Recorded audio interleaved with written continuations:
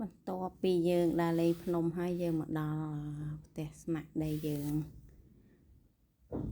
ជួលគេនៅលើភ្នំតែភ្នំនេះខ្ញុំភ្លេចឈ្មោះបាត់ហើយយើងជួលផ្ទះគេដូចរបៀបផ្ទះលំហែនៅស្រុកយើងអញ្ចឹងនៅខ្មែរយើងគេហៅផ្ទះលំហែអញ្ចឹងផ្ទះគេទីធ្លាផ្ទះគេធ្វើស្អាតហើយអានេះយើងនៅនេះគឺជាន់លើគេមានមួយក្រោមមួយជាន់ទៀតតែយើង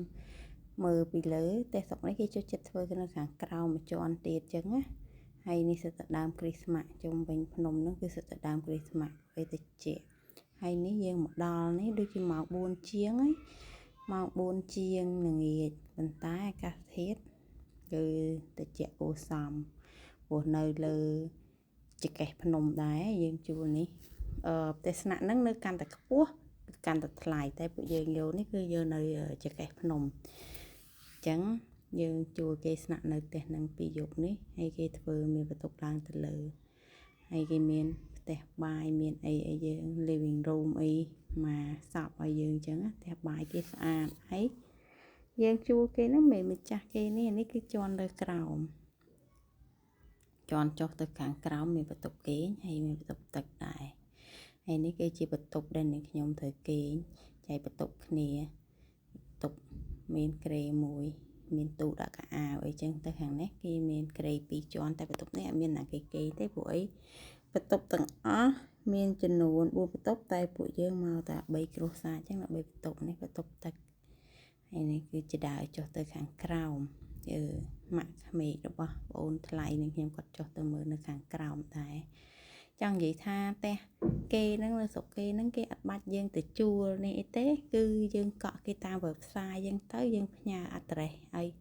មើលអញ្ចឹងណាគេជួលឲ្យយើងគេឆែកពីយើងឆែកពីគេអញ្ចឹងទៅណាហើយគេឲ្យលេខកូដ password ដោះសារហើយខាងក្រោមនេះមានផ្ទះបាយមួយទៀតនេះហើយគេមាន living room មួយទៀតដែរគឺនិយាយទៅស្អាត fresh វាប្លែកភ្នែកហ្មងណាផ្ទះគេហ្នឹងគឺទេសភាពជុំវិញហ្នឹងគឺស្អាតហើយមានទ្វារមានខាងលើមានផ្ទះបាយខាងក្រោមក៏គេមានផ្ទះបាយសម្រាប់ទៅថាយើងខ្ជិលឡើងលើយើងនៅខាងក្រោមចង់ធ្វើអីញ៉ាំតិចតួចក៏បានហើយនេះគឺមានបន្ទប់ក្រេ2តែក្រេនឹងទូចដែរទេហើយខាងក្នុងនេះគឺមានទូកៅអៅមានកន្លែងនេះកន្លែងស្រាប់ឲ្យយើងអ៊ុតកៅអៅអ៊ុតអីសិនបោកសិនអីគេយើងមកកាផ្លេសិនសម្ងួតអីចឹងណាហើយបន្ទាប់ពីដើរមើលហើយឥឡូវមកដល់វគ្គអាំងសាច់ញ៉ាំបាយដោយសារ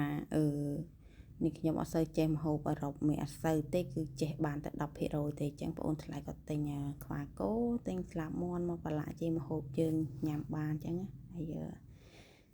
អាំងជាក្រាននេះគេទុកឲ្យយើងអាំងដែរ